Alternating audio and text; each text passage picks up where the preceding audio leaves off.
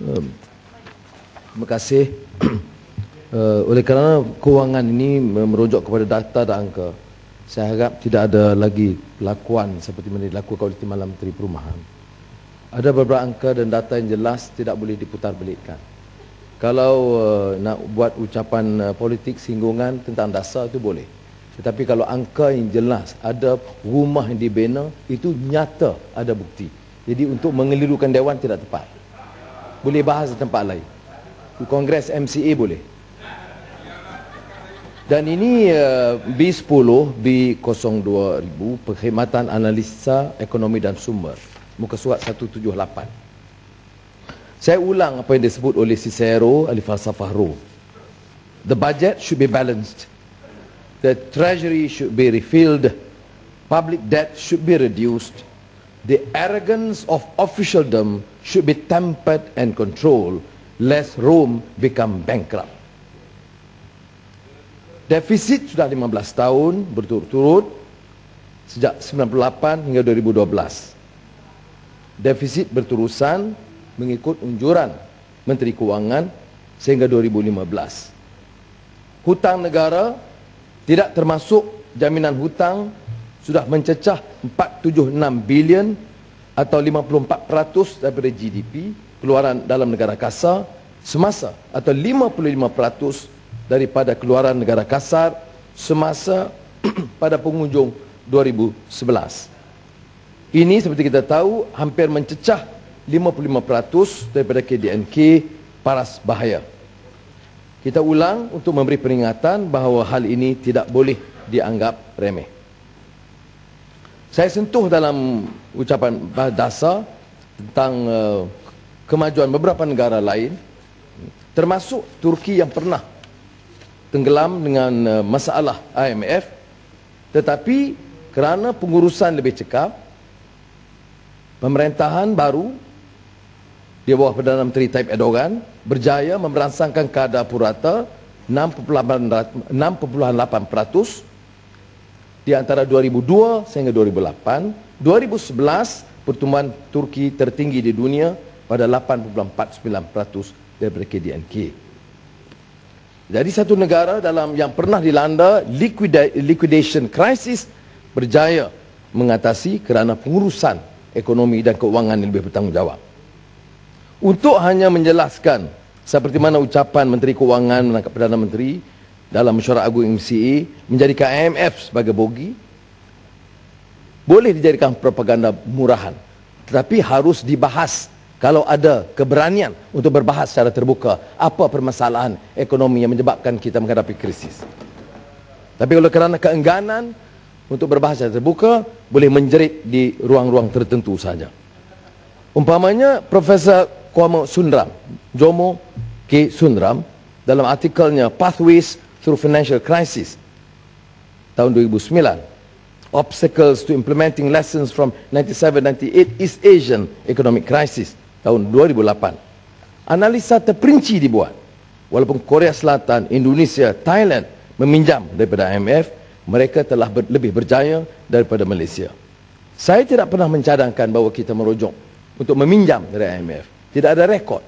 Kerana kekuatan ekonomi kita jauh lebih baik dari negara-negara jiran pada 97-98. Malah kalau kita lihat dalam rekodnya, sepanjang 4 tahun sebelumnya, kita telah membuat pra-pembayaran 12 bilion ringgit yang tidak pernah dilakukan oleh negara-negara Asia lainnya. Ini menyebabkan kita walaupun mengalami krisis tidak terperangkap sehingga terpaksa meminjam dari IMF. Tidak ada pernah dalam rekod Kementerian Keuangan dan Kerajaan pada ketika itu untuk kita meminta. Ini hanya slogan murahan oleh bekas Perdana Menteri yang diulang oleh Menteri Keuangan kerana ketandusan idea sendiri. Jadi leteran ini, leter, ini diteruskan dalam monolog, tidak langsung memberi ruang dan keupayaan untuk mengadakan perbahasan atau perdebatan terbuka. Saya rojok sekali lagi yang Tuan Sri Yang Di-Pertua, kenyataan. Ya, ini rekod yang ada di Kementerian Keuangan dan Unit Perancangan Ekonomi Jabatan Perdana Menteri. Pada tahun 1993, kita telah menghentikan semua pinjaman dari Bank Dunia. 1993 saya telah meminta supaya kerajaan tidak lagi meminjam dari institusi kewangan kerana kita sudah ada keupayaan untuk mengurus kewangan kita sendiri dengan lebihan. Pada 1999,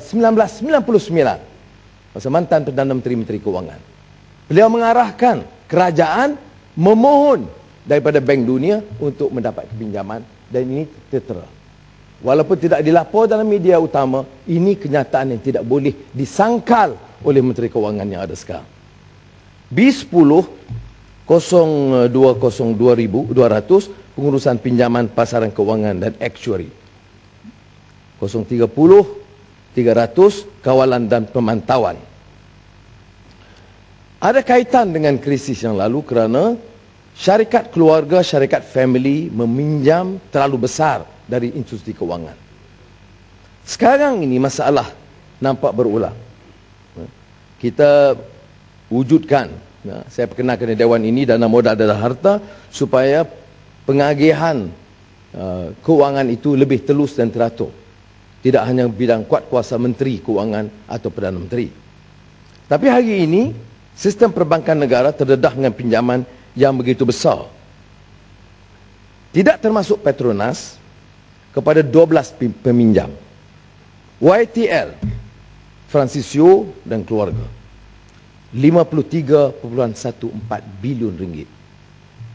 Kumpulan Tan Sri Syed Mokhtar Bukhari, 34.3 bilion, dan sekarang dijangka mencecah 38 bilion ringgit pinjaman. UEM Khazanah 22.8 bilion. Tenaga Khazanah 19 bilion ringgit. Kumpulan Tan Sri Ananda Krishnan 18.8 bilion ringgit, 18.4 bilion ringgit. Genting 16.4 bilion ringgit. Axiata Khazanah 11.5 bilion ringgit. Ini jumlah ini keseluruhan sistem, menyebabkan keseluruhan sistem perbankan negara terdedah kepada peminjam sejumlah kecil, dan saya ingin penjelasan Menteri Kewangan dan Gubernur Bank Negara. Kerana saya faham benar ada garis panduan Bank Negara yang menghadkan pendedahan pinjaman kepada sebuah syarikat dan individu. Kerana risiko kepada negara atau kerajaan. Tak, penjelasan boleh. Terima kasih Yang Berhormat Pematang Pau, dan terima kasih Tan Sri Pengurusi. Kita dengar tadi Yang Berhormat Pematang Pau mempertikaikan bagaimana syarikat-syarikat besar mendapat pinjaman besar daripada bank-bank. Ianya memberikan gambaran yang beliau tidak setuju perkara ini berlaku, kerana boleh diartikan ianya menafikan syarikat-syarikat kecil ataupun pihak yang lebih ramai untuk mendapat pinjaman. Saya nak bertanya kepada Yang Berhormat Pematang Pau, sekiranya Yang Berhormat Pematang Pau menjadi Perdana Menteri, sekiranya, dengar baik-baik sangat, adakah Yang Berhormat Pematang Pau akan membawa satu dasar atau polisi, iaitu pinjaman daripada bank-bank kepada syarikat besar perlu diberhentikan, perlu dikurangkan. Ini penting, kerana itu akan membawa satu keadaan menjejaskan pertumbuhan ekonomi negara. Dia akan memberi kesan buruk kepada pertumbuhan ekonomi, dan ianya membawa akibat kepada rakyat. Peluang pekerjaan, peluang perniagaan dan sebagainya. Syarikat-syarikat besar ini, saya bagi pandangan sikitlah, mungkin Yang Berhormat tak setuju, bahawa syarikat-syarikat besar ini dia merupakan sebagai enjin kepada pertumbuhan ekonomi dan perniagaan dan peluang kepada rakyat. Kalau kita harapkan kepada syarikat-syarikat kecil memang kita sokong. Kita mahu SME berkembang, IKS berkembang. Tetapinya penjanaan peluang pekerjaan dan sebagainya yang berhubung kait dengan pembangunan ekonomi dan rakyat itu terbatas yang dapat dilakukan oleh syarikat kecil. Dengan sebab itu syarikat besar dan syarikat kecil patut diberi keutamaan sama. Jangan kita menafikan yang besar kerana yang kecil, jangan menafikan yang kecil kerana yang besar. This is the sound economic policies yang patut kita bawa. Minta penjelasan. Ini pematang Pau sedarkan bahwa pematang Pau tidak payah jawab itu, karena itu soalan andaian, spekulasi yang akan datang. You don't have to answer that. If you want. Terima kasih. But kalau mau answer boleh. Sikit je, kerana andaian itu positif. Dia seperti mendoakan juga. Dan ini penting sebab saya rojok Tan Sri Yang Di-Pertua tentang garis panduan Bank Negara. Masalah pendedahan kepada beberapa syarikat induk. Dan ini juga melibatkan pengurus dasar negara dalam pengurusan ekonomi negara. Apakah wajar satu syarikat YTL, elektrik dana kuasa dia, ini yang baru ni bilion, berpuluh, entah berapa, 8 bilion ringgit untuk Kementerian Pelajaran atas arahan Perdana Menteri. Ini aneh. Seolah-olah satu bidang yang tidak pernah ada dan menunjukkan kepakaran, mengambil alih kepakaran yang ada di kalangan pegawai Kementerian Pendidikan. Tan Sri Syed Mokhtar, saya sudah sebut di sini, berpuluh yang diswastakan, diberikan tanpa tanda seorang. Kalau nak tolong Bumi Putera, tak ada Bumi Putera lain ke? Tak ada Bumi Putera Perak ke Pasir Salak yang mampu mengendalikan. Ya. Ini soal dia. Ya, dan diberikan begitu saja. Seolah, dan saya pernah tanya Menteri Keuangan, mengapakah seorang individu Tan Sri Syed Mokhtar itu begitu berkuasa sehingga apa saja yang dipohon mesti diluluskan. Tak perlu tender, tak perlu buat kajian teliti, dan begitu kuat seorang tauke besar yang boleh mempengaruhi seluruh kerajaan UMNO Barisan Nasional. Soalan itu tidak pernah dijawab. Ya, mengapa? Dari port sudah tahu berpuluh yang ada. Dan saya tahu, saya peribadi sudah tidak setuju. Tapi saya sebut di sini. Yang Muhammad Kota Melaka. Sikit boleh sikit. Ya. Yang Muhammad Tan Sri, terima kasih. Yang Muhammad, saya amat tertarik tentang yang Bank Negara yang tanggungjawab dan juga peranan yang sepatut dijalan oleh Bank Negara. Tetapi nampak ni kali ini tidak ada tajuk untuk kita bahas dalam Bank Negara. Apakah sebabnya Bank Negara dikeluarkan dari peranan Kementerian Kewangan? Faham saya walaupun tidak dimasukkan, Bank Negara masih di dalam pengawasan Kementerian Kewangan, dan walaupun ada tahap kebebasan mereka, dan soal pinjaman umpamanya bila kita sebut pengurusan keuangan strategik, dia tidak boleh lari daripada tanggungjawab Bank Negara. Saya tidak pertikai hak mana-mana syarikat besar atau kecil untuk mendapat pinjaman. Saya hanya merujuk kepada garis panduan, dan saya difahamkan kerana kewibawaan Gubernur dan institusi Bank Negara itu masih kita hormati.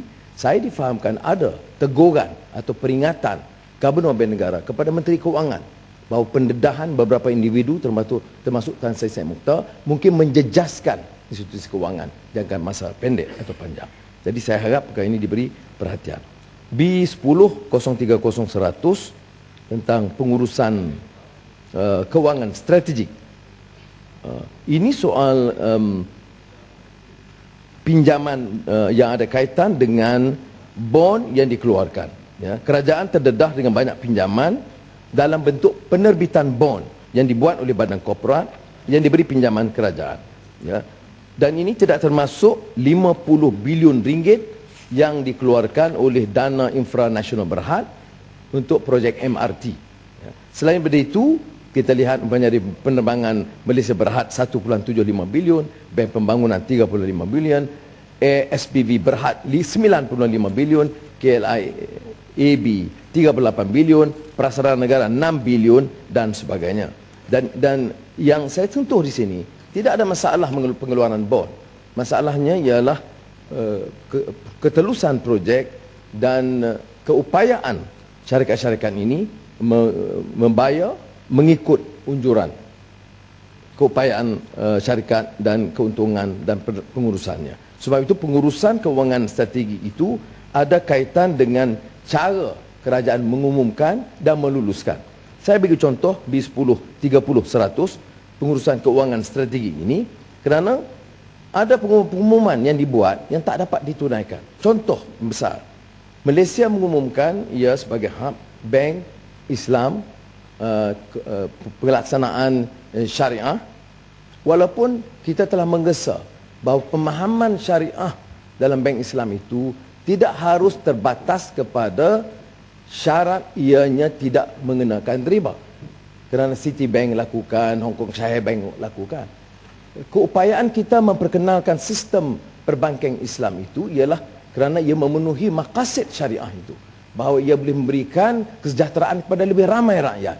Ia tidak mendurus kepada monopoli beberapa kelompok kaya dan meninggalkan dan meremeh kepentingan rakyat terbanyak. Ini kekuatan sistem ekonomi Islam yang memenuhi maksud maqasid syariah. Dan ini harus difikirkan selain daripada memikirkan isu bank Islam yang besar dan pinjaman kepada tokoh-tokoh besar sahaja. Umpamanya, pada tahun 2009, Menteri Kewangan mengumumkan akan dianugerah 2 lesen penubuhan bank Islam mega di Malaysia. 2009. Ya. Tapi sampai sekarang belum ada. 2012 belum ada tanda bank ini diwujudkan. Ya. Ini kerana andaian bahawa masyarakat Islam antarabangsa dan pelabur Islam antarabangsa itu akan cepat tertarik dengan offer. Yang saya fahamkan, dan saya juga terlibat dalam beberapa perkembangan bank Islam dunia, bahawa masih ada persoalan dan tanda tanya. Siapa yang menggerakkannya, siapa yang mengeluarkan modal awal, dan apakah pengurusannya itu betul-betul telus dan bebas. Jadi kita perlu penjelasan daripada Menteri Kewangan mengapa hal yang sedemikian itu tidak tidak berlaku. Dan penjelasan ini akan membantu kita untuk memahami perkembangan bank Islam yang mega. Yang akhir, Tan Sri Bertua, ialah pengumuman semalam. Kerajaan Kanada telah membatalkan rancangan Petronas untuk mengambil alih syarikat minyak untuk production capacity di Canada. Saya ingin tegaskan di sini ada beberapa masalah. Ya. Pertama, kita merasakan ini urusan kewangan negara. Ya. Kerana teguran dari segi dasar, pertama, dasar kita bersetuju Petronas kembali kepada dasar asal yang pernah diterajui oleh Tan Sri Hassan Merakan, yang kemudian dirubah dalam oleh pengurusan yang ada sekarang, iaitu memperkuatkan keupayaan kita cari gali di luar negara. Tetapi yang membimbangkan sekarang ialah bila disebut kos untuk mengambil alih ini, ada yang menyatakan 23 kali ganda, ada yang kata 20 kali ganda daripada harga yang ditentukan. Itu agak membimbangkan kita. Kerana bila Malaysia dan Petronas mengambil keputusan dalam hal sedemikian, tidak ada ketelusan, tidak ada maklumat sama sekali. Di Malaysia hampir tidak diketahui sehingga perkara ini terdedah di Kanada. Ya. Pada tahun 2011, Petronas membayar progres syarikat ini, ya, $1.1 bilion Kanada untuk mendapatkan 50% saham di Progress North Montney, dan ini melibatkan juga 150,000 ekar dengan kekuatan 15 trilion cubic feet gas. Dan umumnya kita mengalu-alukan keputusan ini. Ya? Tetapi yang membimbangkan seperti yang saya sebut ialah tentang kos dan apa alasan kerajaan Kanada dalam menolak membatalkan permohonan ini. Ya. Karena keputusan itu dibuat hanya beberapa minit sebelum kelulusan. Menteri Industri Kanada, Christian Paradis, hanya mengatakan beberapa minit sebelum Petronas ambil alih, tanpa apa-apa alasan, hanya mengatakan ini tidak memberi faedah dan keuntungan kepada Kanada. Tetapi pada bulan Julai sebelumnya, Petronas terpaksa meningkatkan harga saham 8% kepada $22 Kanada satu saham. Ya. Setelah mendapat saingan dan mengalahkan syarikat-syarikat besar lain, Exxon Mobil, Royal Dutch Shell. Ini nampak membanggakan daripada awam secara umum. Jadi sebab itu teguran ini dibuat kerana pertama ia